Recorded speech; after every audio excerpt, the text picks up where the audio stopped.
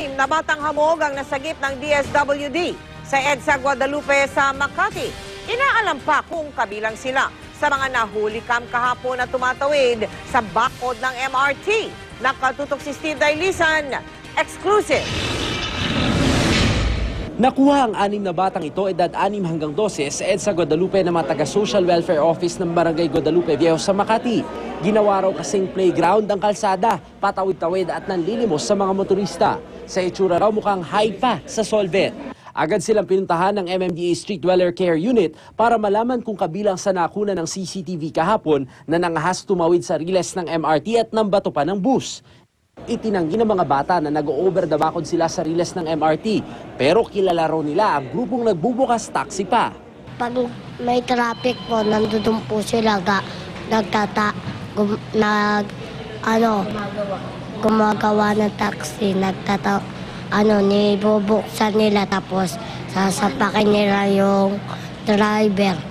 Division. Ano na division? Mga solvent. Kasalanan nila yon. Sila yung magulang pabaya. Natutulog sila, kampante sila natutulog, yung mga anak na sa kalye.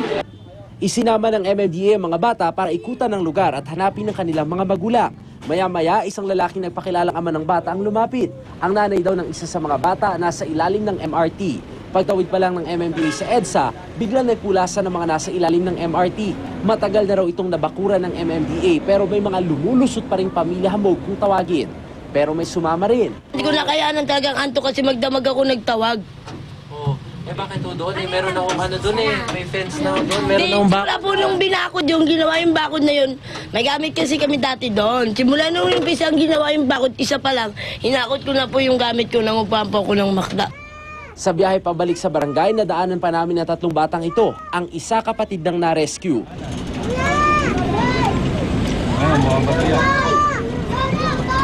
Agad silang nagtakbuhan na tila ng asar pa. Di na sila hinuli ng MMDA dahil baka raw mambato. Paulit-ulit man daw ang pag-rescue, aminado ang MMDA na pahirapan ang pag-ubos sa mga batang kalye. Kaya payo ng MMDA sa mga motorista, parang mas madali na sa kanila kasi nga yung pamamalimos. Yun ang problem. Dahil sa may nagbibigay. Matagal nang panawagan natin na yung mga matutulungin natin mga babayan tumulong na lang sa tamang paraan. ang na-rescue pamilya hamog, prinoseso muna sa barangay. Dumating po yung papa ko na dyan po sa Cavite. Kukunin ito sila. Ito turn over naman sa DSWD ang iba pang bata para doon napuntahan ng kanilang mga magulang. Steve Dailisa, nakatutok, 24 oras. Meron po tayong balita lalo na doon sa mga mahilig tumaya sa loto. Simula po sa 17 o ika-17 ng buwang ito na Mayo, 20 pesos na ang taya sa loto 642 at Mega Loto 645. Pero ayon sa Philippine Charity Sweepstakes Office o PCSO, dodoble rin ang pinakabababaw o minimum jackpot. Mula sa lungsod ng Quezon, nakatutok live si Dano Tingkungko. Dano. Mike, sa mga oras ngang ito sa Lotto Outlet, dito sa ating kinatatayuan sa Muñoz Market, medyo mahaba-haba na o marami-rami na sa ating mga kababayan na nakapila at nagbabaka sakaling maka-jackpot ngayong gabi. Pero pagsapit ng May 17, magiging ganito pa rin kaya ang pila ng tao. Dahil simula sa araw na yon, 20 pesos na ang minimum na taya sa Lotto 642 at Mega Lotto 645. Araw-araw sa loob ng 6 na taon, sa Lotto inaasa ni Yenyen de la Cruz ang kanyang tadhana. Sa pagtaya niya sa Lotto outlet na ito sa Timog Avenue, naglalaan siya ng 10 hanggang 30 pesos para makataya sa Lotto 642 na ngayong gabi ang bola. Kahit mahal, nagbabaka sakali tayo palagi. Barya-barya lang naman yan. Pagka na-jackpotan mo naman to, milyon Pero ayon sa Philippine Charity Sweepstakes Office o PCSO, simula May 17, mula 10 piso, magiging 20 pesos na ang taya sa Lotto 642 at 645. Hindi naman itataas ang kasalukuyan taya ng Super Lotto 649 at Grand Lotto 655 na 20 pesos. Paliwanag ng PCSO, kasabay ng taas taya sa Lotto 642 at 645, dodoble rin ang minimum guaranteed jackpot na mga ito. Sa Lotto 642, mula 3 million pesos, magiging 6 million pesos na ito. Sa Lotto 645, mula 4.5 million pesos, magiging 9 million pesos na. Ito ay ginawa namin para umakyat ang revenue at pag umakyat ang revenue ng PCSO, madadagdagan yung ibibigay nating charity service. Taong 1995, nagsimula ang Lotto 642 at 645. Mula noon, hindi na raw tumaas ang taya rito. Tagal nang re-recommenda sa amin ng aming online sector. And at the same time, nakikita namin yung need to really increase it since it's almost 20 years ago. Sa bawat piso na pagtangkilik ng ating kababayan sa PCSO, 30% ho niyan ay napupunta sa ating charity fund.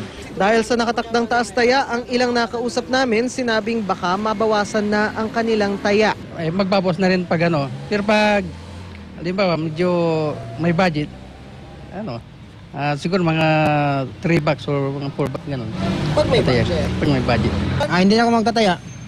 Bakit? Kasi mahal na eh. Dodoble naman yung jackpot. Depende. Kung 20 na. Baka control na rin ang pagtaya. Hindi na masyado. Siyempre, side out. Wala. Ba't control na ho?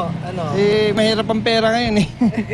May agam-agam din ang mga Lotto outlets. Siyempre, bababa na yung kita ng Lotto. Kasi yung tao, kadalasan pa isa-isa lang ang taya. Ngayon, kung dudubli na yun, mas lalo na hindi tataya. Dahil minsan, kadalasan 10, siyempre mahirap. Yung tumataya lang naman ng matataas, yung mga mayayaman.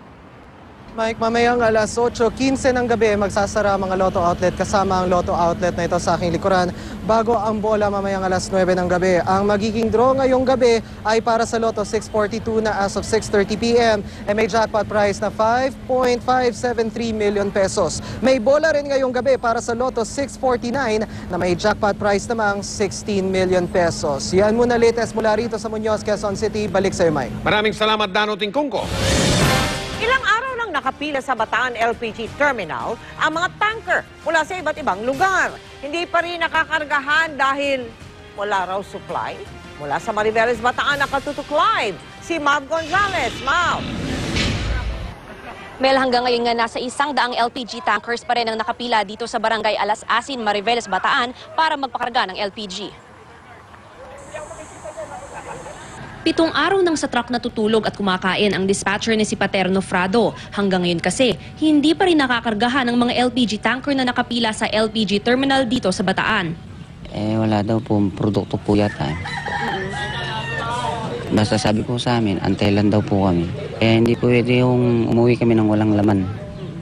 Dahil walang supply, mahigit 100 LPG tankers na ang nakatenga ngayon dito. Sina Ronnie at Rosauro, 5 araw na rin daw naghihintay para sa supply ng LPG na ide-deliver naman nila sa Tarlac at Pangasinan. Nung nakaraang taon, nagkaroon din daw ng ganitong delay sa pagkakarga. Bakit daw po nagtagal? Wala pa akong sinasabi sa amin kung anong dahilan. Basta lang kami, steady lang kami rito, hintay lang kami kung kailan kami kakargaan. Kasi nung nakaraang taon, nagkaroon ng bagyo, di ba? Ngayon, summer ngayon, mukha tang, hintay na lang nila yung barko ba makarga at tumatak. Walang stock kasi siguro. 24-hour ang operasyon ng LPG terminal. Bukod sa kulang sa supply, tumaas din daw ang demand sa LPG nitong nakakaraang araw. Kaya naman naipon ang nagpapakargang tankers. Hindi ko masasabi na delay because there is a significant demand for the past 3 weeks. So, just imagine 100 trucks nakapila sa labas and we normally only serve around 42 lorries. Galing pang Maynila at iba't ibang probinsya sa Luzon ang mga tanker na umaangkat dito sa Bataan. Kaya nangangamba ang mga supplier ng LPG sa Metro Manila at lalong-lalo na ang mga consumer. Nahirapan lang po kayo sa supply po ng LPG? Ngayon po, medyo po kasi nagkakabusan na rin kami ng stock minsan. 4 na tangke ako kada linggo. Ang laki pag itataasin pa nila. Wala nang kikitain dito. Pero sabi ng Liquigas, dinadagdagan na nila ang inaangkat na LPG para hindi na maulit ang shortage noon. We have, we have ships coming in today, this afternoon, and management is already have additional shipments of 3 vessels coming in within the week. Mel, kaninang alas 5 ng hapon, dumating na yung barko na naglalaman ng 2,500 metric tons ng LPG. Mga 150 tankers ang kayang punuin yan, ngunit paliwanagan ng Liquigas, hindi naman pwedeng sabay-sabay punuin yung mga tanker, kaya mga 5 araw pa bago maubos yung mga nakapila dito. Wala pa namang impormasyon kung magkakaroon ng pagtataas ng presyo ng LPG kasabay ng pagtaas ng demand dito. Hanggang ngayon din, inaantay pa natin ang pahayag ng Department of Energy ukol dito. Mel? Eto na, susunod na. Yung pahayag ng Department of Energy. Maraming salamat sa iyo, Mav Gonzales. Tiniyak po ng Department of Energy na sapat ang supply ng LPG sa bansa at hindi raw dapat mag-panic ang mga consumer. Binalaan din ito ang mga nag-o-overprice sa pagbebenta ng LPG. I am ready. Serbisyong totoo ng GMA News. Mga kapuso, posible pa rin umulan bukas kaya magdala pa rin po kayo ng payong. Asahan ang pagulan sa Luzon at Visayas bukas dahil pa rin po sa easterly so yung hangin na nanggagaling sa silangan habang mas malakas na ulan naman dapat paganda ng mga taga Mindanao dahil naman po sa Intertropical Convergence Zone o ITZZ. Sa data ng Weather Central, posibleng umulan pa rin po sa malaking bahagi ng Luzon, kabilang na ang Legazpi Albay kung saan nagbuga ng abo ang Bulkang Mayon kaninang umaga. Kaya sa mga rescuer na aakyat sa Bulkang Mayon, iba yung ingat po, lalong-lalo na't mataas ang posibilidad ng pagulan mula umaga hanggang tanghali po yan. At dito sa Metro Manila, magiging maalinsangan pa rin po ang panahon, 41 degrees Celsius ang posibleng init factor natin bukas, bagamat dama pa rin ang epekto ng easterlies na kung saan 50% po ang posibilidad ng pagulan pagdating ng hapon. Mas magiging maayos naman ang panahon sa Visayas pero posible pa rin umulan, lalong-lalo na po dito sa may silangang bahagi, dyan sa Samar at Leyte provinces hanggang dito po sa may central section. Habang magiging mas maulap na may mga pag-ulang dapat asahan sa malaking bahagi ng Mindanao, lalong-lalo na po dito sa may southern part. Kaya naman magiging mas presko ang panahon po dyan bukas. At yan ang ating ulat panahon. Ako po si Nathaniel Cruz para sa I Am Ready, serbisyong totoo ng GMA News. Susunod, Department of Foreign Affairs na bulabog kanina dahil sa nakabalot na papel na inakalang may bomba. Marjorie Barreto ididimanda yung mga magpapakalat ng kontrobersyal na litrato niya umano sa internet. Julian San Jose handong-handa na para sa kanyang kauna-unaang major concert. At iba pang mga balita tututukan natin dito sa 24 oras.